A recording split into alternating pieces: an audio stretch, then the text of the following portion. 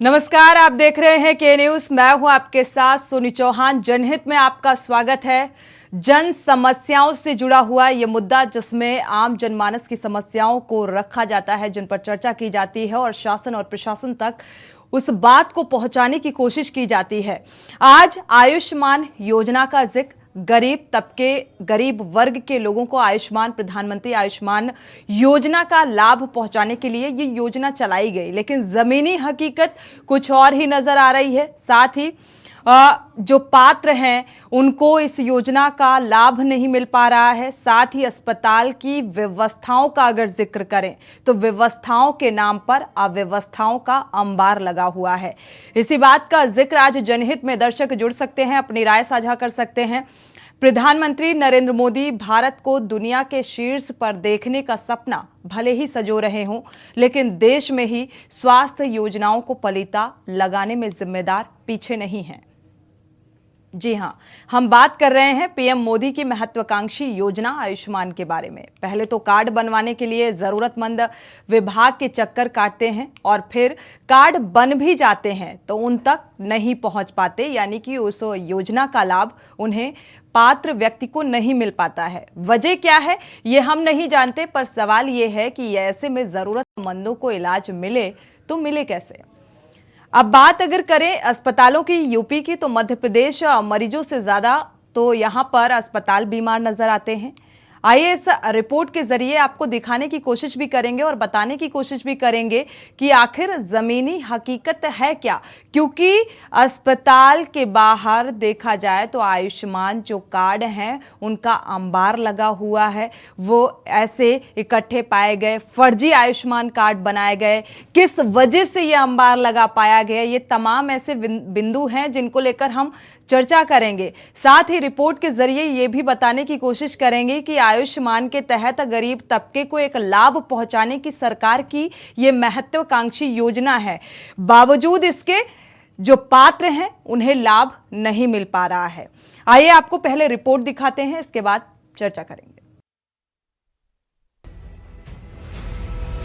Ayushman card को लेकर सरकार जितना ज्यादा प्रचार प्रसार कर रही है, वहीं डिंडोरी जिला अस्पताल के पास भारी मात्रा में आयुष्मान कार्ड कचरे के ढेर में पड़े मिले हैं।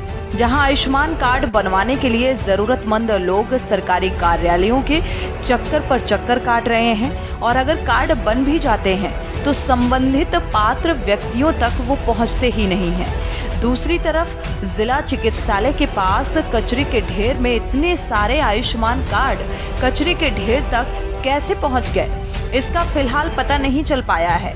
कचरे के ढेर में आयुष्मान कार्ड मिलने के बाद संबंधित अधिकारियों की कार्यप्रणाली पर सवालिया निशान खड़े हो गए हैं। बहरहाल स्वास्थ्य विभाग के सीएमओ ने जानकारी लेने की बात कहकर मामले से पल्ला झाड़ लिया है। वहीं बीजेपी जिला अध्यक्ष अवधराज बिलैया ने इस मामले में नाराजगी व्यक्त करते हुए कार्रवाई करने का भरोसा दिलाया है। जिले का लक्ष्य रखा था 6,30,159 कार्ड बनाने का, तो अभी तक हमने 5,25,000, लगभग 83.4% हमने बना लिया है और लगभग 1,05,000 और बनाना शेष है। उसके लिए अभी प्रक्रिया चालू है, बना ही रहे हैं हम। और साथ ही हम आने वाले 27 जून को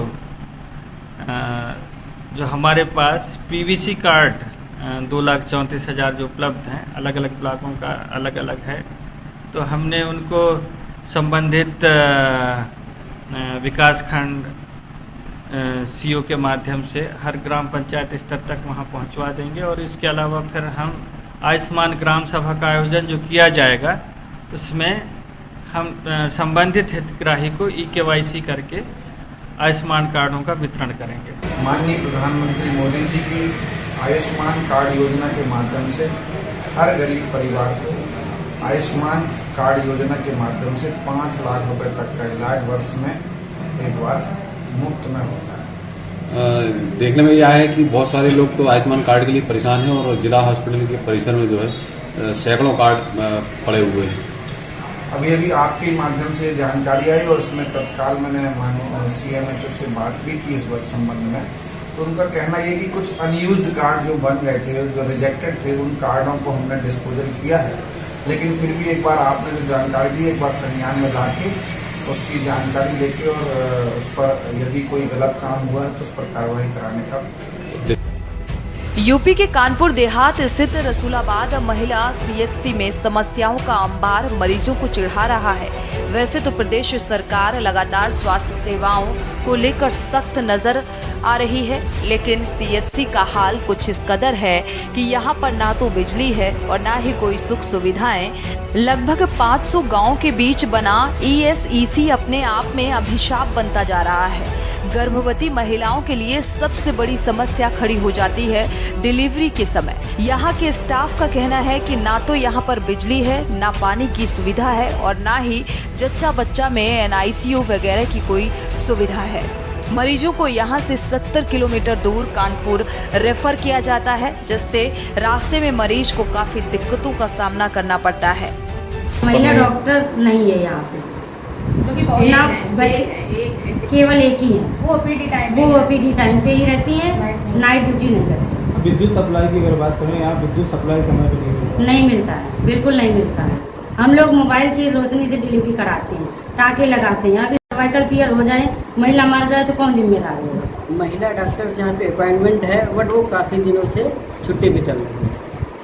उनका कोई पता ही नहीं रहा कब से आ रही कब नहीं आ रही। और कई सारी समस्याएं आ रही हैं। सारी समस्याएं हैं। कुछ चीज़ें ऐसे हैं जैसे बच्चे को दिक्कत होती है तो पीडियाट्रिक डॉक्टर नहीं मेरे पास, बच्चों को डॉक्टर नहीं होता है, तो उस समय हम लोग असाध्य हो जाते हैं। और यहाँ CHC में बहुत आप लोग जैसे देख ही रहे हैं, लाइट नहीं आती है और इन्वर्टर भी ढंग से पुराने हो चुके हैं जो कि नहीं काम करते हैं ढंग से। एक दो घंटे भी लाइट नहीं होती है।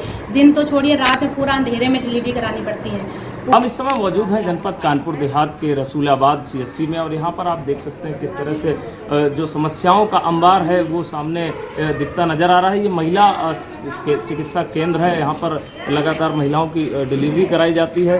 बिजली और पानी को लेकर यहाँ बड़ी समस्या है, जिसको लेकर डॉक्टरों से लगातार कहा जा रहा है, लेकिन किसी तरह की कोई भी बात सुनने को तैयार नहीं है।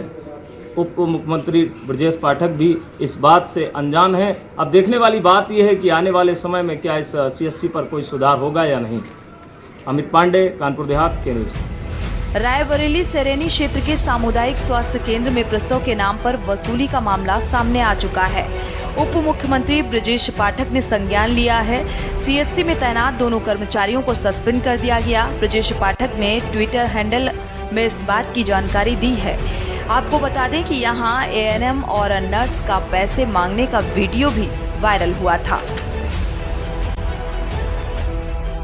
वहीं फर्रुखाबाद में डॉक्टरों की लापरवाही मरीजों पर भारी पड़ रही है। डॉक्टर राम मनोहर लोहिया पुरुष अस्पताल के पीकू वार्ड में 3 घंटे में 2 मासूमों की जान चली गई। भर्ती होने के बाद कॉल भेजने पर भी डॉक्टर ने आने से इनकार कर दिया। वहीं मेरापुर क्षेत्र के गांव महसूना निवासी महिला को प्रसव के लिए कायमगंज CHC में भर्ती कराया गया। अस्पताल में बिजली आने के बाद जनरेटर भी नहीं चलाया गया। डिलीवरी रूम में अंधेरा होने पर स्वास्थ्य कर्मियों ने महिला का टॉर्च की रोशनी में प्रसव करा दिया। लापरवाही यहीं तक सीमित नहीं रही। प्रसूता के 3 घंटे तक टाँके भी नहीं लगाए गए। प्रसूताओं को अस्पताल में ना तो नाश्ता दिया जाता है और ना ही भोजन। इससे जननी सुरक्षा योजना का पूरा लाभ प्रसूताओं को नहीं पहुंच पाता। टॉर्च की रोशनी में प्रसव कराने का वीडियो उप मुख्यमंत्री को भेजा गया था और इसका लखनऊ से संज्ञान लिया गया है। लिहाजा CMO ने जांच कर CHC अधीक्षक डॉक्टर सरवर इकबाल सिद्दीकी को हटाया गया। 3 घंटा हो गया भाई, ऐसी लेटी कोई प्रॉब्लम नहीं था इनके साथ। कोई आया नहीं इनके साथ, कोई सब हो गया।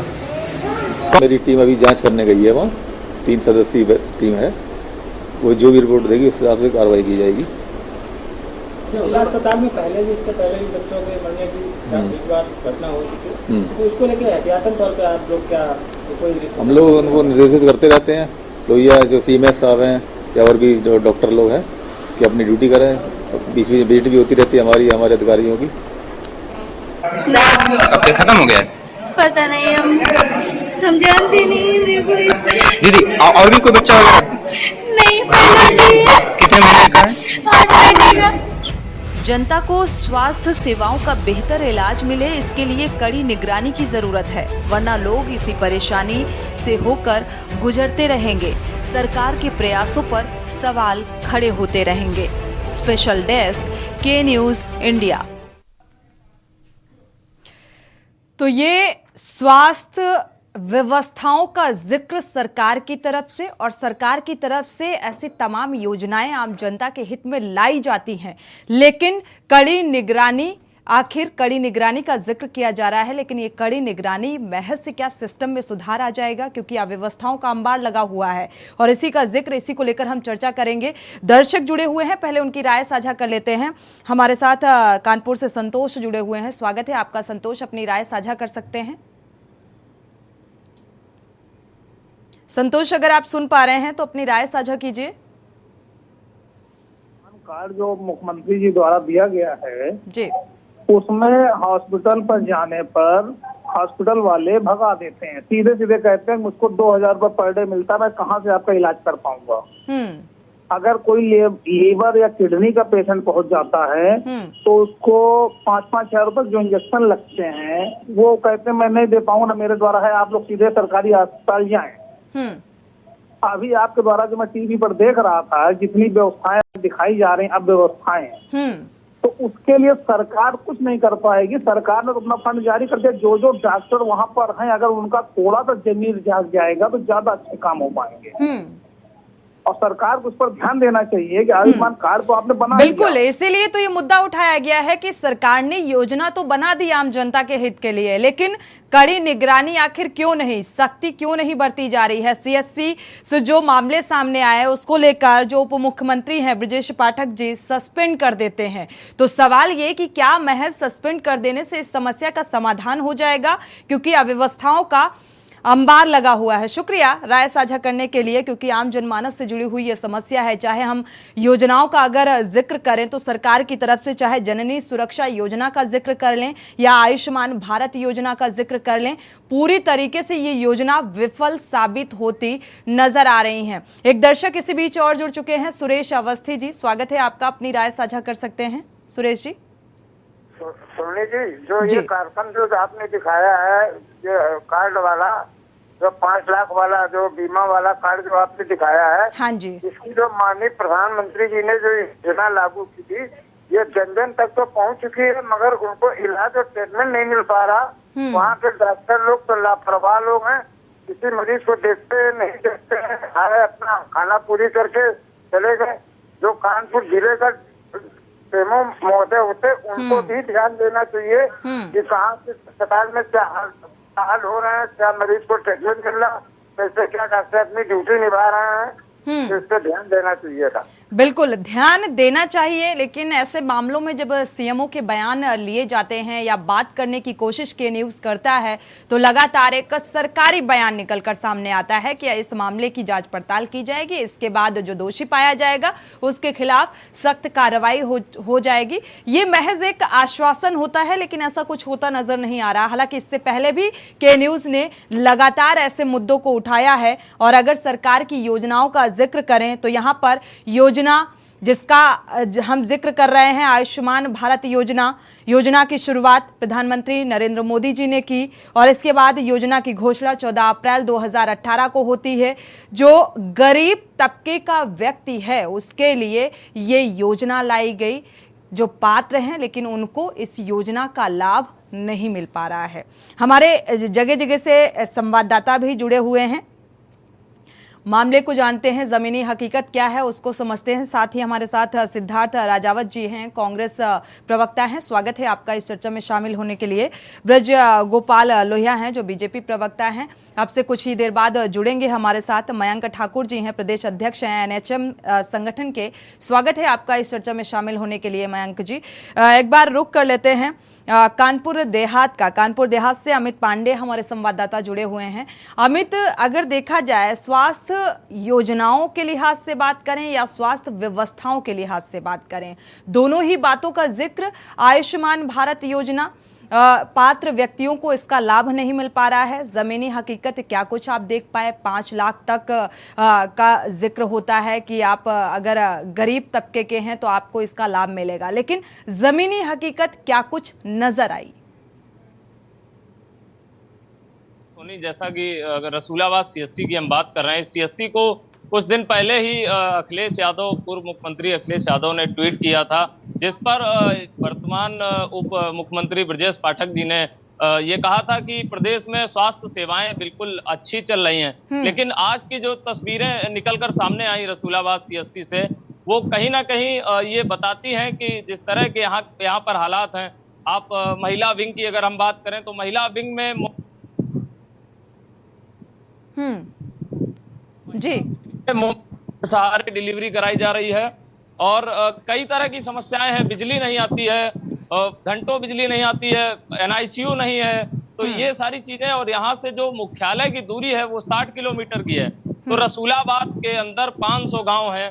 500 गांव में जो 500 गांव के लोग हैं, उनकी जिम्मेदारी यहाँ पर इस विधानसभा पर है, यहाँ के लोगों पर है। लेकिन जो वर्तमान की स्थिति है वो ठीक नहीं है सोनी जी। बिल्कुल, वर्तमान स्थिति को लेकर हम चर्चा कर रहे हैं। एक बार रुख कर लेते हैं भोपाल का, जहां से ब्यूरो चीफ सुनील मालवीय हमारे साथ जुड़े हुए हैं। सुनील मालवीय, आपके पास आएंगे। अगर देखा जाए आयुष्मान भारत योजना जो पात्र व्यक्तियों के लिए लाभ पहुंचाने के लिए चलाई गई सरकार के द्वारा, लेकिन उसका लाभ कितना मिल पा रहा है और साथ ही जो आयुष्मान कार्ड कचरे के ढेर में पाए गए हैं, इस बारे में कोई जानकारी? जी देखिए, बिल्कुल निश्चित तौर से मध्य प्रदेश के डिंडोरी जिले से हम हमारे दर्शकों को बताया जाएंगे। ये टेलीविजन स्क्रीन पर जो तस्वीरें साफ तौर से आप देख रहे हैं, मध्य प्रदेश के डिंडोरी जिले के चिकित्सालय, सिविल चिकित्सालय के पीछे कचरे के ढेर में आयुष्मान कार्ड का अंबार लगा हुआ है। आप देख सकते हैं किस प्रकार से हम अपने दर्शकों को बताना चाहेंगे। जो आयुष्मान कार्ड ये लोगों की सुविधा के लिए प्रधानमंत्री नरेंद्र मोदी की महत्वाकांक्षा योजना के अंतर्गत आयुष्मान कार्ड चलाया गया था। लेकिन आप देख सकते हैं मध्य प्रदेश के डिंडोरी जिले के सिविल चिकित्सालय के हॉस्पिटल के पीछे कचरे के ढेर में भारी मात्रा में आयुष्मान कार्ड पड़े हुए थे। एक बड़ा सावलिया निशान खड़ा होता है कि एक तरफ देश के प्रधानमंत्री नरेंद्र मोदी मध्य प्रदेश में 27 तारीख को शेड्यूल में दौरा है, वहां पर 1 करोड़ आयुष्मान कार्ड धारी लोगों को वितरित करेंगे। और एक सीधे साफ तौर से तस्वीर मध्य प्रदेश के डिंडोरी जिले से देखने को आ रही है, जहां पर कचरे के ढेर में हजारों की सैकड़ों की तादाद में आयुष्मान कार्ड पड़े हुए। बिल्कुल, हजारों की तादाद में आपने कहा कचरे के ढेर में ये आयुष्मान कार्ड बनाया गया। सभी को पता है कि आयुष्मान कार्ड बनवाने के लिए कितनी जद्दोजहद एक व्यक्ति को, जो पात्र व्यक्ति है इस कार्ड धारक का अगर जिक्र करें, उसको कितनी जद्दोजहद करनी पड़ती है। और ये कार्ड कचरे के ढेर में कहां से आए, इस बाबत आपने जानकारी जुटाने की कोशिश की? जी बिल्कुल, हमारे जो स्थानीय संवाददाता है के उनने जो सीएमएचओ उनसे जानकारी तो जो स्थानीय लोग यहाँ के सीएमएचओ वो सीधे तौर से पल्ला झाड़ते रह रहा है कि आपके माध्यम से ये हमारे संज्ञान में आया, हम दिखवाते हैं, जांच करेंगे। वही जो जिला अध्यक्ष है भारतीय जनता पार्टी की, उनने भी उनके पास जब हमारी टीम पहुंची, हम उनसे जानने की कोशिश की। उन्होंने निश्चित तौर से कहा है कि इस प्रकार की लापरवाही जो देखने को मिली, इस प्रकार की लापरवाही बिल्कुल गैर जिम्मेदार नहीं है। जो भी दोषी अधिकारी होगी उसके खिलाफ कार्रवाई होगी। लेकिन एक बड़ा सवाल तो उठता है, क्योंकि आयुष्मान कार्ड जो योजना है, ये जो गरीब तबके के लोग हैं उनके लिए बहुत अच्छी योजना है। इस योजना के तहत 5 लाख का इलाज मुफ्त में होता है। और कहीं जो ऐसे पात्र लोग हैं जिनको सरकारी कार्यालयों का चक्कर लगाना पड़ता है, चप्पलें घिस जाती है, इसके बावजूद भी उनके आयुष्मान कार्ड बड़ी मेहनत से मिलते हैं कि आयुष्मान कार्ड मिलते। लेकिन अब देखने वाली बात यह होगी कि डिंडोरी के जो जिला चिकित्सालय में वहां पर जो आयुष्मान कार्ड पीछे पड़े हुए, तो एक देखने वाली सावलिया इंसान तो खड़ा होता है। और बात की जाए, क्योंकि लोग ऑनलाइन भी निकलवा लेते हैं आयुष्मान कार्ड, लेकिन फिर जो सरकार का जो खर्चा है, जो आयुष्मान कार्ड जो वहां पर कचरे के ढेर में पड़े हुए हैं, जो स्टेशनरी खर्चा, एक तो बड़ा ये जो खर्चा है ये किस पे, मतलब एक बार फिर बिल्कुल गरीब वर्ग के जो परिवार हैं, आर्थिक तंगी के चलते अपनी बीमारी का इलाज नहीं करवा पाते हैं, उनके लिए ये आयुष्मान योजना लाई गई ताकि उनको इसका लाभ मिल सके। और जो पात्र व्यक्ति है आयुष्मान कार्ड बनवाने को लेकर भी कतार में खड़ा हुआ नजर आता है। हमारे साथ एक दर्शक जुड़े हुए हैं, पहले उनकी राय साझा कर लेते हैं, इसके बाद चर्चा को आगे बढ़ाएंगे। गिरीश जी जुड़े हुए हैं, स्वागत है आपका गिरीश जी, अपनी राय साझा कर सकते हैं। मैं ये कहना चाहता हूँ कि भारतीय जनता पार्टी एक अलग संस्था है और उत्तर प्रदेश शासन हो या केंद्र शासन हो, ये अलग संस्था है। उत्तर प्रदेश का जो शासन है 60-70 मंत्री चलाते हैं और दिल्ली का शासन भी 100 मंत्री करीब चलाते हैं। ये 100 मंत्री अपना स्थान छोड़कर पार्टी के काम में 24 घंटे क्यों लगे रहते हैं? पार्टी के काम को सरकारी काम बताने के लिए लगे रहते हैं। और वो पैसा कहाँ से आएगा? इन्हीं दलालों से, इन्हीं ठेकेदारों से, इन्हीं डॉक्टरों से, इन्हीं इंजीनियरों से आएगा।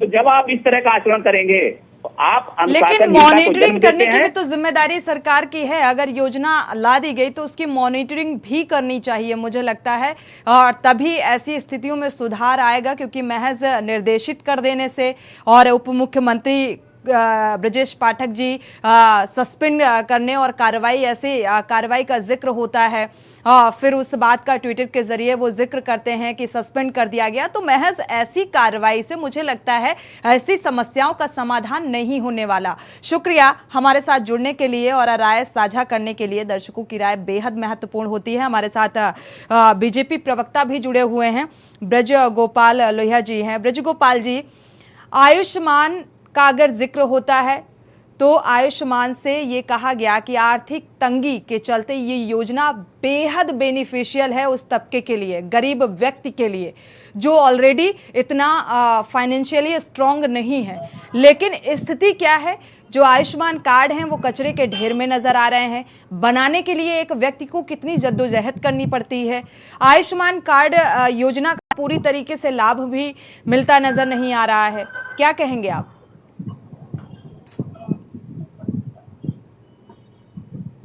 अनम्यूट करिएगा।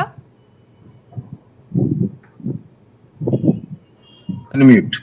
जी, आपने प्रश्न जो किया है वो 3 प्रश्न है उसमें एक साथ। बिल्कुल, आप जवाब दे दीजिए एक एक करके। जी जी, तीनों का बता देते। एक तो ये आपने कहा कि आयुष्मान कार्ड का योजना का लाभ लेने में अगर किसी को असुविधा आ रही है तो उसके लिए बाकायदा हेल्पलाइन है और सरकार का और भारतीय जनता पार्टी के दोनों के लोग उसके लिए समर्पित हैं कि जहां जिसे लाभ ना मिल रहा हो, जो अस्पताल उसमें पंजीबद्ध है वो अस्पताल इलाज करने के लिए बाध्य। पहली बात। दूसरी बात आपने कही कि आयुष्मान कार्ड बनवाने के लिए जद्दोजहद होती है। नहीं, बिल्कुल जद्दोजहद नहीं होती। कम से कम मैं मध्य प्रदेश के विषय में बात कर रहा हूँ। मध्य प्रदेश में जो भी व्यक्ति गरीबी रेखा के नीचे निवास करता है उसको आयुष्मान कार्ड 100% मिलेगा। इसके अलावा माननीय मुख्यमंत्री शिवराज सिंह चौहान जी ने ये निर्धारित किया है कि जो व्यक्ति संबल योजना का हितग्राही है उसे भी आयुष्मान कार्ड मिलेगा। अब तीसरी बात है कि जो आयुष्मान कार्ड का जिस तरह से पड़े हुए मिले हैं ये दुर्भाग्यपूर्ण है, नहीं मिलने चाहिए। इसमें संबंधित जो भी है उनके खिलाफ कार्रवाई होनी चाहिए और मैं समझता हूं कि भारतीय जनता पार्टी की मध्य प्रदेश की सरकार उन पर कार्रवाई भी करेगी। मगर एक इसके साथ एक अपनी बात और जोड़ना चाहता हूं कि आयुष्मान कार्ड केवल कार्ड के माध्यम से दी जाने वाली योजना नहीं है। एक बार जो उसमें पंजीबद्ध हो गया, जिसके पास आयुष्मान योजना के लाभ की जिम्मेवारी ऑनलाइन रजिस्ट्रेशन, वो ऑनलाइन जाकर कभी भी आप ठीक है। लेकिन अगर एक सामान्य रूप से देखा जाए, एक गरीब व्यक्ति, आपकी आवाज नहीं मिल पा रही है ब्रज गोपाल जी, एक गरीब व्यक्ति जब जाता है अस्पताल में, एंटर करता है, वो अपनी समस्या को लेकर, अपनी बीमारी को लेकर इलाज कराने के लिए जाता है तो वो कार्ड दिखाता है ना, और उससे कहा भी जाता है कि ये कार्ड दिखाइए। वो बात अलग है कि ऑनलाइन चेक किया जा सकता है क्योंकि रजिस्ट्रेशन होता है, लेकिन ऐसी तस्वीर सामने नहीं आती। नहीं, आपने प्रश्न किया है तो उसका उत्तर सुन लें। सीधी सी बात है, यदि वो वहां जाता है और उसके पास आधार कार्ड है तो आधार कार्ड के नंबर से तुरंत उसका आयुष्मान कार्ड वहीं निकालने की व्यवस्था मध्य प्रदेश के प्रत्येक चिकित्सालय में उपलब्ध है, जिसमें आयुष्मान कार्ड के योजना के अंतर्गत इलाज होता है। तो हम ये नहीं कह रहे हैं कि यदि किसी हितग्राही को उससे लाभ मिल रहा है तो इस तरह से कार्ड फेंक दिए जाना चाहिए। जिन्होंने कार्ड फेंके हैं, फेंकवाए हैं और पड़े मिले हैं, उनके खिलाफ भी सख्त कार्रवाई की जाए। लेकिन ऐसे इस मामले को लेकर कार्रवाई किसके खिलाफ करेंगे सर? क्योंकि जैसा कि हमारे ब्यूरो चीफ बोल रहे हैं, भोपाल से हमारे साथ जुड़े हुए हैं सुनील मालवीय, कि आयुष्मान कार्ड मिले हैं, जो सीएमएस है वो उसको इस बात की जानकारी ही नहीं है।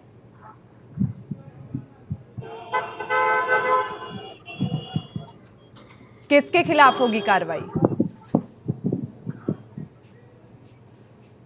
चलिए वापस से संपर्क करने की कोशिश करेंगे और इस बात का जवाब लेने की कोशिश करेंगे, क्योंकि मध्य प्रदेश की स्थिति का अगर जिक्र करें तो हमारे साथ ब्रजगोपाल लोहिया बीजेपी प्रवक्ता का साफ तौर पर कहना है कि आयुष्मान योजना जो कार्ड धारक हैं, अगर कार्ड उनके पास नहीं भी होता है, इसके बावजूद भी उन्हें इस योजना का लाभ पहुंचाया जाता है। अब कितनी इस बात में सच्चाई है ये भी जानने की कोशिश करेंगे। आयुष्मान योजना गरीब तबके, पिछड़ा वर्ग के लिए आर्थिक रूप से सहायता के लिहाज से इस योजना को लाया गया और 5 लाख तक का इसमें बीमा है। साथ ही अगर 5 लाख तक का आप कोई भी इलाज होता है तो इसके माध्यम से आपको एक सहूलियत इस योजना के तहत मिलेगी, यानी कि आर्थिक सहायता मिलेगी।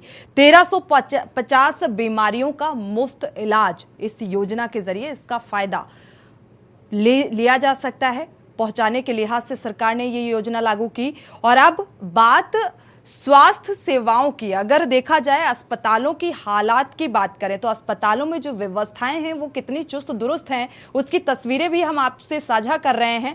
दर्शक लगातार जुड़ रहे हैं जो अव्यवस्थाओं को बयां कर रहे हैं, हालात को कैसे सुधारा जाए, मुझे लगता है वो बेहतर सोच पा रहे हैं, क्योंकि सरकार की तरफ से योजना तो ला दी गई लेकिन मॉनिटरिंग में कमी जरूर नजर आ रही है, जिसके चलते धरातल पर इस योजना का और स्वास्थ्य सेवाओं का लाभ आम जनता को नहीं मिल पा रहा है। इसी बात का हम जिक्र बार बार कर रहे हैं। हमारे साथ खास मेहमान भी जुड़े हुए हैं।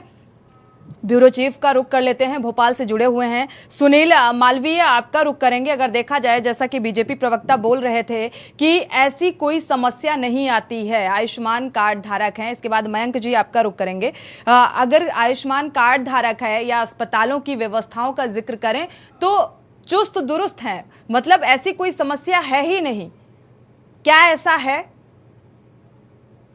सोनी, निश्चित तौर से मध्य प्रदेश में हाल ही कुछ ऐसे अस्पताल हैं जिनका आयुष्मान कार्ड धारी और जो हॉस्पिटल के जो संचालक हैं वो लोग आयुष्मान कार्ड का सहारा ले रहे थे और वहां पर फर्जी पेशेंटों को एडमिट कर दिया। कई लोगों को एमपी नगर थाने में एक मामला दर्ज हुआ है और आयुष्मान कार्ड धारक की जो एक बड़ी अधिकारी है सोमवंशी मैडम है, उनके द्वारा भी कुछ आयुष्मान कार्ड में जो हॉस्पिटल में लिपापोती की गई। तो कहीं ना कहीं जो आयुष्मान कार्ड है, अगर बात किया मध्य प्रदेश के भोपाल के किसी भी जिले की, तो व्यक्ति जब इलाज करवाने हॉस्पिटल के अंदर जाता है तो उससे पूछा जाता है कि आपका आयुष्मान कार्ड कहाँ है। तब आयुष्मान कार्ड वो लेके जाते हैं, इसके बाद भी वो चेक करते हैं, लाइन में लगाते हैं कि अब रुकिए, आप वेट करिए, इसके बाद हम आपको चेक करेंगे आपका फर्जी है कि नकली है। एक ये वाक्य एक सीवर जिले का सामने आया था, जब खुद वहाँ के जो हॉस्पिटल संचालक से बात की गई थी कि बोले बहुत सारे आयुष्मान कार्ड फर्जी बन चुके हैं और हम चेक करते हैं वो जो आयुष्मान कार्ड फर्जी है कि नकली है। तो सावली इंसान तो आयुष्मान भारत पर खड़ा होते ही है यहाँ मध्य प्रदेश की अगर बात की जाए तो। ऐसे कई अनेक हॉस्पिटल है जहाँ पर कई लोगों को परेशानियों का सामना करना पड़ रहा है। अब वो अगर ये बात अलग है कि ब्रजगोपाल जी जो बीजेपी प्रवक्ता हैं वो साफ तौर पर कह रहे हैं कि ऐसी कोई समस्या नहीं है और ऑनलाइन रजिस्ट्रेशन होता है तो कार्ड अगर नहीं भी है इसके बावजूद भी आधार कार्ड के जरिए उसको उस योजना का लाभ पहुंचाया जाता है।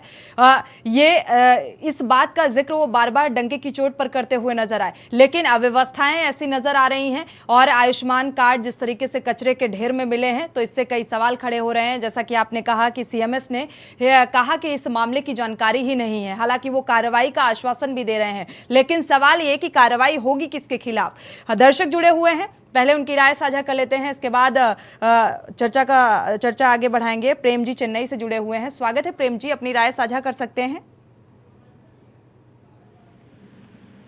प्रेम जी अपनी राय साझा कर सकते हैं। जी मैम, अकेला आपका चैनल जो इतने मुद्दे उठा रहा, अकेला चुनाव बाहर नहीं पहुंच सकता मैम। आप इतने मुद्दे उठाते जरूर है, ये किसी के कान में क्यों नहीं रहती है। किसी को अधिकारी में दोष दे देते हैं, किसी को नीचे वालों को दोष देते हैं।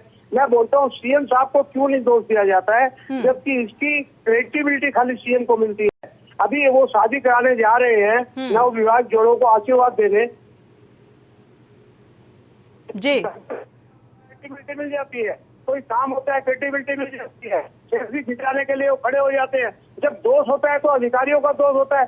हॉस्पिटलों में दवाई नहीं है, हॉस्पिटलों की अवस्था टूटी फूटी बहुत सारी अव्यवस्थाएं हैं जिनका जिक्र एक एक कर हो रहा है, और इसीलिए बार बार ये मुद्दा जनहित में उठाया जाता है कि शायद अब आवाज उन जिम्मेदारों तक पहुंचे और इस बात को गंभीरता से लिया जाए। इसीलिए बार बार ऐसे मुद्दों को, क्योंकि ये मुद्दे आम जनमानस से जुड़े हुए हैं और इसीलिए ऐसे मुद्दों को के न्यूज उठाता है। जनहित में हम ऐसे मुद्दों को लेकर चर्चा करते हैं।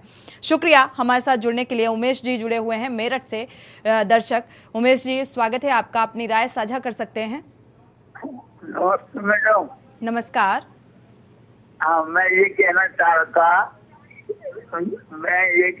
रहा था कि जी हेलो, सुन पा रहे हैं, अपनी बात को पूरा करें। हाँ, मैं ये कहना चाह रहा था कि हमारे उत्तर प्रदेश में जो गरीबों के लिए योजनाएं बनती हैं उनका लाभ जो है उन्हें नहीं मिल पाता, क्योंकि जो सरकारी अधिकारी व कर्मचारी हैं वो ईमानदारी से काम नहीं करते हैं।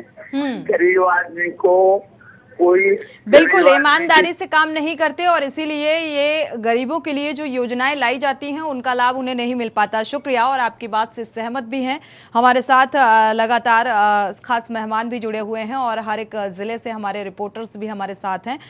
मयंक ठाकुर का रुख कर लेते हैं, प्रदेश अध्यक्ष हैं NHM के। मयंक ठाकुर जी, अगर देखा जाए जो अस्पतालों में अव्यवस्थाएं नजर आती हैं, चाहे हम सरकार की योजनाओं का जिक्र करें और व्यवस्थाओं को लेकर लगातार देखा गया है कि दिशा निर्देशित कर दिया जाता है। निर्देशित कर देने से क्या ये अव्यवस्थाएं व्यवस्थाओं में तब्दील हो जाएंगी? नहीं, देखिए, मैं आपको बताना चाहूँगा इस चैनल के माध्यम से कि कोई भी अवस्था सामने जब आती है तो जैसा आपने कहा कि सीधा कर्मचारी या संबंधित अधिकारी को निर्देशित कर दिया जाता है, तो निर्देशित करने भर से कुछ नहीं होता। आजकल की जो योजनाएं हैं, जैसा कि आप भी जानते हैं और मैं भी भली भांति परिचित हूँ, कि कागजों में घूम कर रह जाती हैं। अगर उसी के लिए आप निचले स्तर पर आप जाएंगे और जाकर देखेंगे, समीक्षा करेंगे, तब आपको सच्चाई का पता चलता है सच्चाई है क्या। आखिर आपके जो रिपोर्टर हैं और आप हैं, आपके लिए ये सब बधाई के पात्र हैं जो जाकर वहां से सच्चाई खोजते हैं और सच्चाई सबके सामने लाते हैं। तब जाकर एक कार्रवाई और दिशा निर्देश निश्चित होता है। लेकिन अगर यही काम सक्षम अधिकारियों को सौंप दिया जाए कि भाई आप इस स्तर पर जाकर जो निर्देशन दिया गया है उसकी समीक्षा करें, उसकी जांच करें कि किस स्तर तक उस पर कार्रवाई हुई या वो सुदृढ़ हुआ, तब आप जनता को जाकर एक सुविधा ठीक तरह से मिल पाएगी। लेकिन जब तक ये निर्देशन कर कागजों में चलता रहेगा, कागजी कार्रवाई होती रहेंगी और कागजों में घूमता रहेगा, मैं नहीं मानता कि जनता को पूरी तरह एक समुचित व्यवस्था मिल पाएगी। बिल्कुल, ये बात देखा जाए तो अस्पतालों की हालत जो है, कई बार मरीज इलाज के अभाव में दम तोड़ देता है।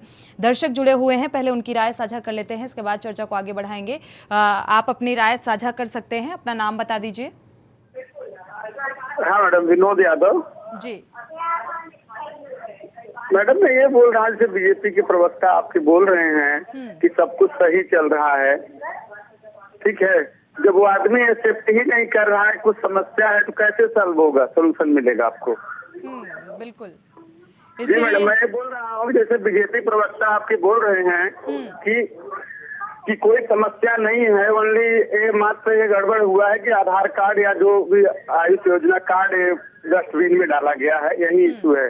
जब वो पर्सन अपनी प्रॉब्लम को एक्सेप्ट ही नहीं करेगा तो कहाँ से सलूशन मिलेगा? आईना दिखा रहे हैं ना, अब जानबूझकर कोई एक्सेप्ट नहीं करना चाहता, ये बात अलग है, लेकिन सामने से हम तस्वीरें भी दिखा रहे हैं, सामने से हम हकीकत बयां कर रहे हैं, क्योंकि जगह जगह हमारे संवाददाता जमीनी हकीकत को टटोलते हैं, इसके बाद हम इस स्टोरी को आपके सामने लाते हैं और इन समस्याओं को पर चर्चा करते हैं। क्योंकि हकीकत यही है, ये कह देने भर से नहीं होता कि ऐसी कोई समस्या ही नहीं है, ऐसी कोई अव्यवस्था ही नहीं है, क्योंकि जनता भी जागरूक है और आम जनमानस से जुड़ी हुई ये समस्याएं हैं, इनको नजरअंदाज नहीं किया जा सकता है। शुक्रिया हमारे साथ जुड़ने के लिए। आपका रुख करेंगे, हमारे रायबरेली से संवाददाता मनीष अवस्थी जुड़े हुए हैं। मनीष, अगर रायबरेली का जिक्र करें तो आयुष्मान कार्ड धारक जो ये योजना लाई गई, इसका लाभ क्या वाकई आम जनता को मिल पा रहा है? बिल्कुल सोनी, बात करें तो जिस तरह आयुष्मान कार्ड हो या हर अस्पतालों की सुविधाएं हो, जब अस्पतालों में सुविधाएं नहीं मिल पा रही हैं तो आयुष्मान कार्ड की क्या बात करें। रायबरेली में जैसे आयुष्मान कार्ड की बात करें तो लगातार अभी भी आयुष्मान कार्ड बनाए जा रहे हैं और सरकार का सख्त निर्देश भी है कि आयुष्मान जो कार्ड बनाए जा रहे हैं उन लोगों के लगातार बनाते रहे, जो भी पात्र हैं, जो पात्र है वो छूटे ना और आयुष्मान। लेकिन लगातार अगर जमीनी हकीकत देखी जाए तो जिनके आयुष्मान कार्ड बन चुके हैं, जो बीमार हो रहे हैं लोग, जिनके लिए अस्पतालें चिन्हित कर दिए गए हैं, अगर वो वहां पहुंचते हैं तो उनके इलाज के लिए जहां पर लोगों को पापड़ बेलने पड़ते हैं, कहा जाए तो उनके पैर के तलवे घिस जाते हैं खाली ये बताते बताते कि भैया आयुष्मान कार्ड को यूज कैसे किया जाए, इसकी थ्योरी क्या है और इसका इलाज कैसे होगा, क्योंकि हर इंसान पल्ला झाड़ने से पीछे हट रहा है। अगर प्राइवेटों की अस्पतालों की बात करें तो वो अपना सिर्फ भुनाने में लगे रहते हैं कि आयुष्मान कार्ड के जरिए हम इनका पैसा किसी तरह से हड़पने की कोशिश करते हैं और उनका सही तरीके से इलाज नहीं करते हैं। इसकी अगर देखा जाए तो मेन कमी है कहीं ना कहीं स्वास्थ्य विभाग हो और चाहे ऊपर बैठे आला अधिकारी हो, इसकी सही तरीके से मॉनिटरिंग नहीं कर रहे हैं। अगर सही तरीके से मॉनिटरिंग की जाए तो स्वास्थ्य विभाग अपनी हरकतों से भी सही तरीके से आ जाएगा और जो लाभ है लोगों के लिए सरकार देने का काम कर रही है वो तो लोगों तक लाभ भी पहुंचेगा। बिल्कुल, लाख हिदायत के बावजूद भी स्थितियां जस की तस नजर आ रही हैं। दर्शक जुड़े हुई हैं, उनकी राय साझा कर लेते हैं, इसके बाद वापस से रुख करेंगे। राधिका जी जुड़ी हुई हैं, स्वागत है आपका, अपनी राय साझा कर सकती हैं राधिका जी। मैम, जैसे कहा जाता है आयुष्मान कार्ड यूज करने के तरीके बहुत तो ऐसे जनता को नहीं पता है और लेकर कार्ड भी कभी कभी हॉस्पिटल में हम घूमते रहते हैं, उसका भी कार्ड का कोई मतलब ही नहीं, डॉक्टर कहता है यहाँ जाइए वहाँ जाइए, इसीलिए तो आज आयुष्मान कार्ड की कोई कदर नहीं कर रहा है, रद्दी में पड़े हुए हैं। कोई बनवाने के लिए बोलिए तो वो बनवाने के लिए भी कहते हैं क्या करेंगे बनवा करके। तो कहीं ना कहीं देखा जाए जो योजना गवर्नमेंट दे रही है हमको, उसका लाभ जनता तक पहुंच ही नहीं पा रहा है। शुक्रिया राधिका जी, और बहुत महत्वपूर्ण बात का आपने जिक्र किया है। मयंक ठाकुर जी से इस बात को लेकर प्रतिक्रिया ले लेते हैं कि अब ये योजना रद्दी के भाव है, क्योंकि इस योजना का तो लाभ आम जनमानस को मिल नहीं पा रहा है, गरीब तबके को मिल नहीं पा रहा है, पिछड़ा वर्ग को मिल नहीं पा रहा है, तो अब इसकी कीमत भी रद्दी के भाव हो गई है। क्या ऐसी योजनाएं आम जनहित में हैं? इसमें नहीं है मेरे हिसाब से, जो जितना मेरी जानकारी में है तो आपको एक सच्चाई से दिखाना चाहूंगा कि पहला तो देखो, अगर आयुष्मान कार्ड की बात चल रही है तो मैं एक चीज बताना चाहूंगा, जैसा कि शुरू में पूर्व की सरकारों में एक डाटा जो पता चला था कि वो एक डाटा लिया गया था, उस डाटा के थ्रू ये आयुष्मान कार्ड बनने शुरू हुए थे जी स्टार्टिंग में। तो उसमें मेरे नजर में जो आया उसमें पात्र लोगों को बहुत कम और अपात्र लोगों को बहुत ज्यादा आयुष्मान कार्ड घर पहुंच गए बाई डाक। जो करोड़पति है बिल्कुल आयुष्मान कार्ड है और जो पात्र हैं, जो गरीबी रेखा के नीचे हैं, वो दौड़ रहे हैं लेकिन उन्हें नहीं मिल रहा है। हर योजना का यही हाल है। जी, तो ये मेरे नॉलेज में आया था। लेकिन उसके बाद में अब जो सरकार वर्तमान में है, उन्होंने जो भी कार्रवाई की हो, तो अब इसमें एक फॉल्ट ये है कि इसका इतना ज्यादा बढ़ा दिया आयुष्मान कार्ड का कि टारगेट कर दिया गया कर्मचारियों पे कि भाई इतने टारगेट में, जो मेरी नॉलेज में है, इतने टारगेट में ये बनाने हैं और इतने टाइम में बनाने हैं, इतने समय में बनाने हैं। अब वो अगर उतने समय में नहीं बना पाते हैं तो उनके ऊपर कार्रवाई, तब वो बनने शुरू हुए। तो मेरे ख्याल से कहीं ना कहीं इसका जो आप ये फोटो एक पिक दिखा रहे हैं मध्य प्रदेश की, ये पड़े हुए हैं, तो कहीं ना कहीं उस दबाव, उस टारगेट के थ्रू ये रहा होगा कि भाई ये बनाए गए और बनाने के बाद कोई संबंधित मिला नहीं, या ऐसे ही बना दिए टारगेट को पूरा करने के लिए, अचीव करने के लिए, और फिर उन्हें एक तरफ दबा दिया गया, जला दिया, जो भी कुछ हो, मैं नहीं जानता इसके बारे में, लेकिन कहीं ना कहीं वही रहा होगा। दर्शक हमारे साथ जुड़े हुए हैं, उनकी राय साझा कर लेते हैं। गिरीश शुक्ला जी जुड़े हुए हैं, स्वागत है आपका, अपनी राय साझा कर सकते हैं गिरीश जी। हल बताएं कि ये काम कैसे हो सकता है। ये हल बता रहा हूँ मैं, गवर्नमेंट नोट करे जी। ये एक परियोजना अधिकारी बनावे जिले में, उसमें 3-4 लोगों को लगाएं। जैसे ही कोई अस्पताल में मरीज भर्ती होता है, उसका फोन नंबर सहित पूरा डाटा उस परियोजना अधिकारी के पास पहुंच जाए। इसके बाद उस परियोजना अधिकारी का काम है कि वो फोन नंबर या उससे कांटेक्ट करके मरीज से उसका हाल चाल ले, उसको सब सिस्टम और सुविधा दिलवाए वहां अस्पताल में। इसके बाद क्या इलाज हुआ, क्या बिल हुआ, क्या दवा हुआ, पूरा अपने पास मना करके ये देखे। गिरीश जी, अगर इस आधार पर काम होगा तो हर योजना का लाभ भी मिल सकेगा आम जनता को, और जो दलाली हो और जो भ्रष्टाचारी लोग हैं, वो भ्रष्टाचार बिल्कुल ही खत्म हो जाएगा। और आपको पता है ये संभव नहीं है, भ्रष्टाचार ना हो ऐसा हो ही नहीं सकता। शुक्रिया राय साझा करने के लिए। हमारे साथ फर्रुखाबाद से ऋषि सिंगर संवाददाता जुड़े हुए हैं। ऋषि सिंगर, आपका रुख करेंगे। अगर फर्रुखाबाद की बात करें तो यहाँ पर स्वास्थ्य व्यवस्थाओं का हाल क्या है? क्या आयुष्मान कार्ड धारक जो हैं उनको क्या उसका लाभ मिल पा रहा है इस योजना का? अनम्यूट करिएगा।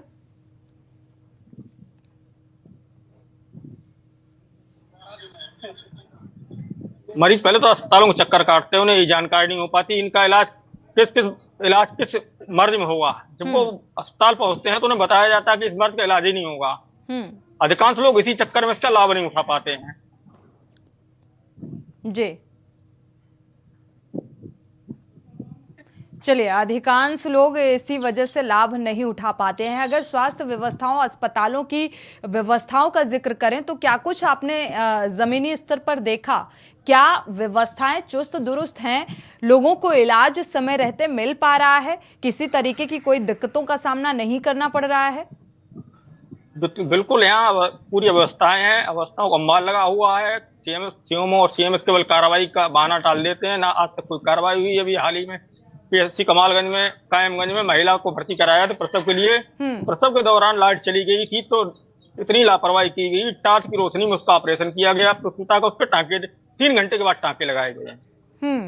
इसीलिए ये मामला बेहद संवेदनशील कहा जाए, बेहद गंभीर, और इस मामले को लेकर अब क्या रुख अख्तियार किया जाएगा। और ये महज एक मामला नहीं है। जब कोई मामला कैमरे में कैद होता है तो वो बड़ा मामला बन जाता है। मयंक जी, देखा जाए तो क्या जिम्मेदार जो अस्पतालों की व्यवस्थाओं का हम जिक्र कर रहे हैं, जो दावे किए जाते हैं स्वास्थ्य व्यवस्थाओं को लेकर, ये हकीकत है। एक टॉर्च की रोशनी में किसी प्रसूता का ऑपरेशन करना, ये स्वास्थ्य के लिहाज से ये व्यवस्थाएं हैं?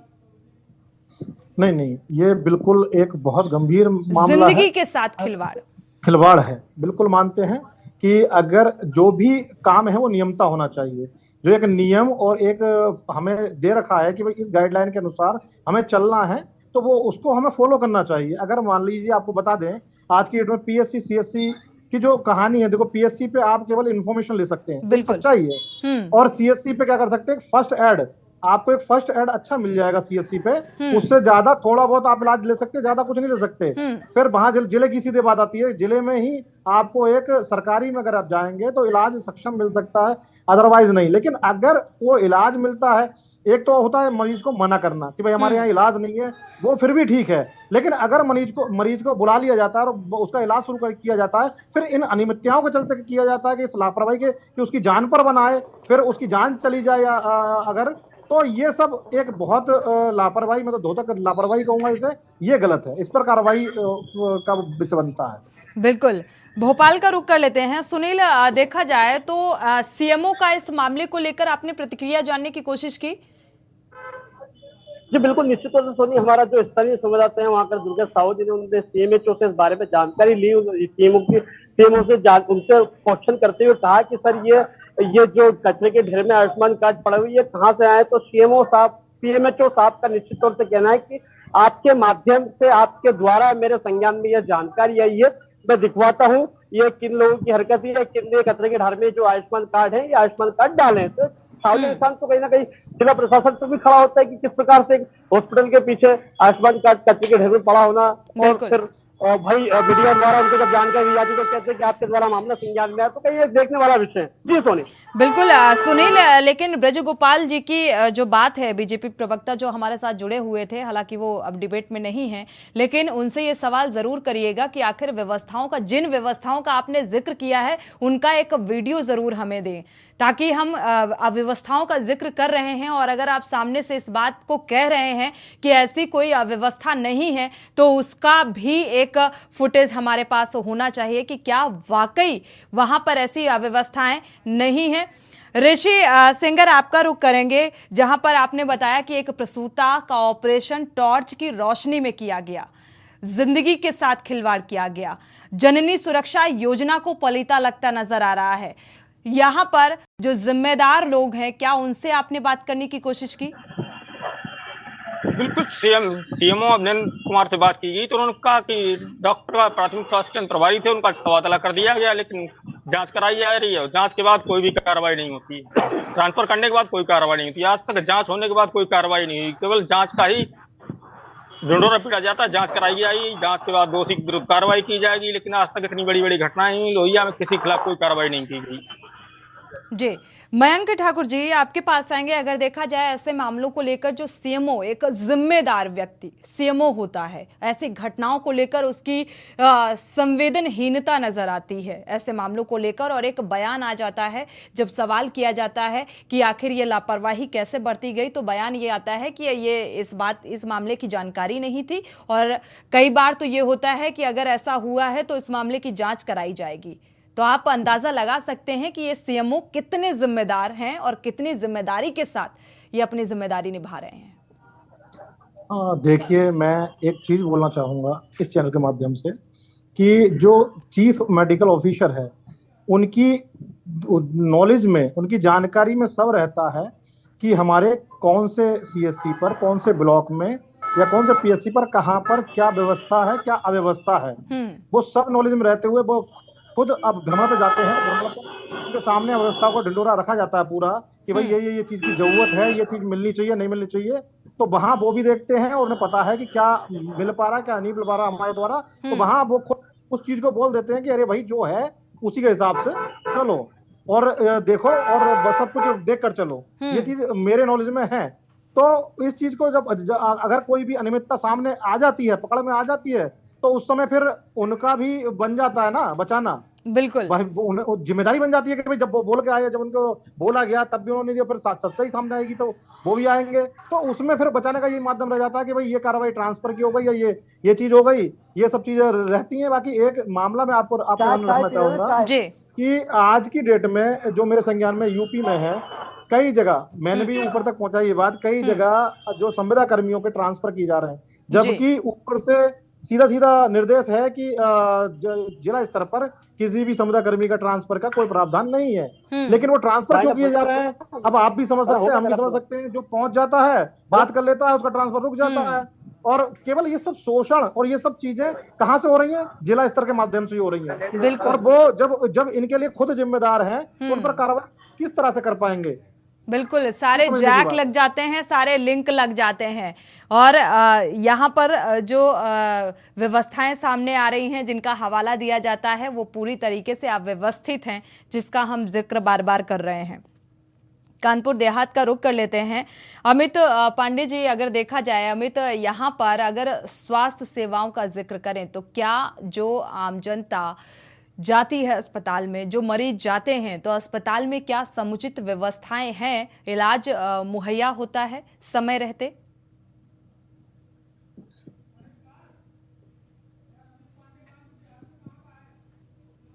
अनम्यूट करिएगा।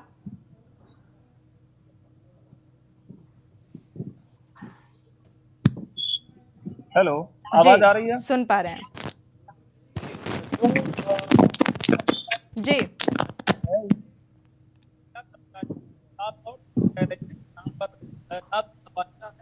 आपकी आवाज डिस्टर्ब कर रही है, आपकी आवाज क्लियर नहीं है। मनीष अवस्थी का रुख कर लेते हैं, रायबरेली का। मनीष, यहाँ पर क्या समय रहते मरीज को इलाज मिल पाता है, या फिर यहाँ पर भी हिला हवाली बरती जाती है? अव्यवस्थाओं का देखा जाए तो जिक्र तो हम कर ही रहे हैं। देखा जाए जगह जगह ऐसे अस्पतालों के बाहर एक लंबी कतार, और लोग अगर मरीज हैं, वो एक बीमारी से ग्रसित हैं, तो उन्हें समय रहते इलाज नहीं मिल पाता, या कभी ऐसे भी मामले सामने आते रहते हैं आए दिन के इलाज के अभाव में मरीज की मौत तक हो जाती है। तो नहीं, बिल्कुल बात करें तो जिस तरह से चाहे यहाँ के डिप्टी सीएम ब्रजेश पाठक रहे हो, या चाहे जो भी सरकार, चाहे केंद्र सरकार रही हो, चाहे प्रदेश सरकार रही हो, स्वास्थ्य विभाग पे शिकंजा कसने से बाज नहीं आ रहा। लगातार वो ये संदेश दे रही है कि जो मरीज हैं, चाहे स्वास्थ्य विभाग के जो भी अस्पताल है, उन पर हर मरीजों को अच्छी सुविधा दी जाए, अच्छी दवाइयां दी जाए और अच्छा इलाज किया जाए। ये हर सीएससी, हर पीएससी को निर्देशित किया गया है। वहां पर दवाइयां भी भेजी जाती है टाइम पर। जो दवाइयां नहीं होती है, उसकी डिमांड भी वहां के जो भी अधीक्षक होते हैं वो करते हैं। लेकिन जहां वहां के जो कर्मचारी हैं, कर्मचारियों की लापरवाही लगातार देखने को मिलती चली आ रही है। अभी आपने देखा होगा हाल ही में 3 दिन पहले सरेली सामुदायिक स्वास्थ्य केंद्र का एक वीडियो वायरल हुआ था, जिसमें एक आशा बहू और एक एनएम के द्वारा पैसे मांगने का वीडियो वायरल हुआ था। फिलहाल उस वीडियो को ब्रजेश पाठक जो डिप्टी सीएम, उन्होंने संज्ञान भी लिया था और संज्ञान लेने के बाद सीएमओ जो यहाँ है वीरेंद्र सिंह, उनको निर्देशित भी किया था कि दोनों कर्मचारियों को बर्खास्त कर दे। तो लगातार अगर ये मामला जब सीएमओ की जानकारी में गया तो उनको ही कार्रवाई कर देनी चाहिए, ताकि जो ऊपर बैठे हमारे मंत्री है, चाहे वो डिप्टी सीएम रहे, उनको कार्रवाई न करनी पड़े। अब आप सोचिए कि जो जिले स्तर का आला अधिकारी बैठा है वो कार्रवाई के नाम पर क्यों डर रहा है? क्या उनकी मिली भगत से चल रहा है ये सब खेल? क्या उन्हीं की बदौलत ये भ्रष्टाचार का आरोप लगातार लग रहा है? क्या उनकी यही बदौलत जो यहाँ के स्वास्थ्य विभाग के अधिकारी बैठे हैं वो लगातार इसको संरक्षण दे रहे हैं? आज डिप्टी सीएम को कार्रवाई करने के लिए आदेशित करना पड़ रहा है। तो ये सवाल स्वास्थ्य में कहीं न कहीं जरूर खड़ा हो रहा है, क्योंकि इसकी मॉनिटरिंग क्यों लगातार हो नहीं रही? अगर इसकी मॉनिटरिंग लगातार हो तो शायद जो स्वास्थ्य विभाग के कर्मचारी है वो सही तरीके से है। अगर यहाँ के जो ये तो सुनने में आ रहा है कि लगातार जो है हर सीएससी है चाहे पीएससी हो, वहां से अब लिफाफे जो है सीएमओ के पास जाने लगे हैं। ये मैं नहीं कह रहा हूँ, यहाँ के लोग कह रहे हैं। सुनिए, अब जब लिफाफे सीएमओ के पास जाएंगे अधीक्षकों के, तो क्या कार्रवाई करेंगे? भाई बैठे बैठे तो उनका भ्रष्टाचार दिखाना है, क्योंकि जब भी कोई वीडियो वायरल होता है तो सीएमओ। ठीक है, आपके पास वापस लौटेंगे। हमारे साथ कांग्रेस प्रवक्ता सिद्धार्थ राजावत जुड़े हुए हैं। सिद्धार्थ राजावत जी, अगर देखा जाए भोपाल की स्थिति का जिक्र कर रहे थे बीजेपी प्रवक्ता, हमारे साथ ब्रज गोपाल जी जुड़े हुए थे, हालांकि अभी नहीं है डिबेट में। उन्होंने साफ तौर पर कहा कि स्वास्थ्य जो व्यवस्थाएं हैं वो चुस्त और दुरुस्त है, ऐसी कोई अव्यवस्था है ही नहीं। आयुष्मान योजना का जिक्र किया तो उन्होंने कहा कि इसके तहत लोगों को लाभ पहुंचाया जा रहा है। अब आप बता दीजिए, क्या वाकई लाभ मिल पा रहा है आम जनता को, गरीब तबके को, जिस लिहाज से इस योजना को लाया गया? चरित्र चेहरा, 3 चीजें भारतीय जनता पार्टी ने साफ साफ दिखा दिया है, अपना उजागर कर दिया।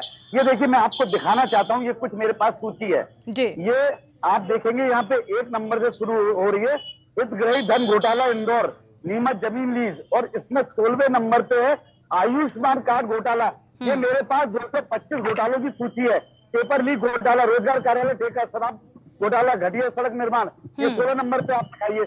ये आयुष्मान भर्ती घोटाला, मेडिकल विश्वविद्यालय परीक्षा घोटाला, नर्सिंग कॉलेज मान्यता घोटाला, नर्सिंग कॉलेज सीट घोटाला। लिस्ट बड़ी लंबी है, मुझे लग रहा है इसीलिए आपको लेट हो गया। सिद्धार्थ जी, लिस्ट बहुत लंबी है, थोड़ा सा जूम करके दिखवा दीजिएगा। भारतीय जनता पार्टी के 18 साल की विफलता वो किस प्रकार से 50% से जाके 80% पे कमीशन पहुंच गया। 800 करोड़ का कालों के काल महाकाल को नहीं छोड़ा, उन तक को ठग लिया। जब महाकाल से झूठ बोल सकते हैं तो आप और हम क्या इनके लिए? पुलिस प्रशासन तीनों इनका है, सरकार इनकी है। अपने हिसाब से योजनाएं बनाते हैं, अपने हिसाब से सेंक्शन करते हैं, और अपने लोगों को, सिर्फ फंड के लोगों को काम दे दिया जाता है। आज जितने भी ठेके हैं या तो गुजरात की कंपनियों पे या संघियों के पास है, आप उस पर निष्पक्ष कर सकते हैं। इसलिए भ्रष्टाचार तो होना है, घोटाले तो होने ही होना है। बिल्कुल, आपने नंबर भी बता दिया कि 16वें नंबर पर आयुष्मान घोटाला है, इस बात का भी जिक्र आपने कर दिया। लेकिन ये बात अलग है कि बीजेपी के प्रवक्ता इस बात को मानने को तैयार नहीं है कि ऐसी कोई स्थितियां हैं भी। उन्होंने साफ तौर पर ये कह दिया कि इसका लाभ आम जनता को मिल पा रहा है। हालांकि हमारे ब्यूरो चीफ भी इस बात का जिक्र बार बार कर रहे हैं कि अव्यवस्थाएं ही अव्यवस्थाएं नजर आती हैं। सैया हुए कोतवाल तो फिर डर किस बात का? एक कहावत है कि सैया हुए कोतवाल तो फिर डर किस बात का? जब सही कोतवाल है तो फिर डरेगा कौन? आज अगर कोई आम आदमी पिस रहा है तो जनता पिस रही है, इनके दोनों पार्ट के बीच में पिस रही है। इधर प्रशासन है। चलिए, योजनाओं का लालच आम जनता को दिया जाता है, लेकिन दुर्भाग्य की इन योजनाओं का लाभ आम जनता को नहीं मिल पा रहा है। और जो कागजी आंकड़े हैं, बस महज उन्हीं आंकड़ों में इन योजनाओं का लाभ मिल पा रहा है। शुक्रिया आप सभी मेहमानों का इस चर्चा में शामिल होने के लिए। मनीष, आपका भी बहुत बहुत शुक्रिया। ऋषि सेंगर, आपका भी बहुत बहुत शुक्रिया जानकारी साझा करने के लिए। अमित पांडे जी, आपका भी बहुत बहुत शुक्रिया। सुनील मालवीय, आपका भी बहुत बहुत शुक्रिया। लेकिन सवाल ये कि जो योजनाएं सरकार आम जनता और गरीब तबके के लिए लेकर आती है, उनकी जमीनी हकीकत ये है वो योजनाओं के नाम पर घोटाला होता है, ना कि उन योजनाओं का लाभ आम जनता को मिल पाता है। जिम्मेदारों ही कहेंगे कि वो आखिर निगरानी और मॉनिटरिंग में कमी क्यों रह जाती है। सभी की मिली भगत से ऐसी तस्वीर सामने आती है। जनहित में फिलहाल बस इतना ही। आगे खबरों के लिए आप देखते रहिए के न्यूज़ इंडिया।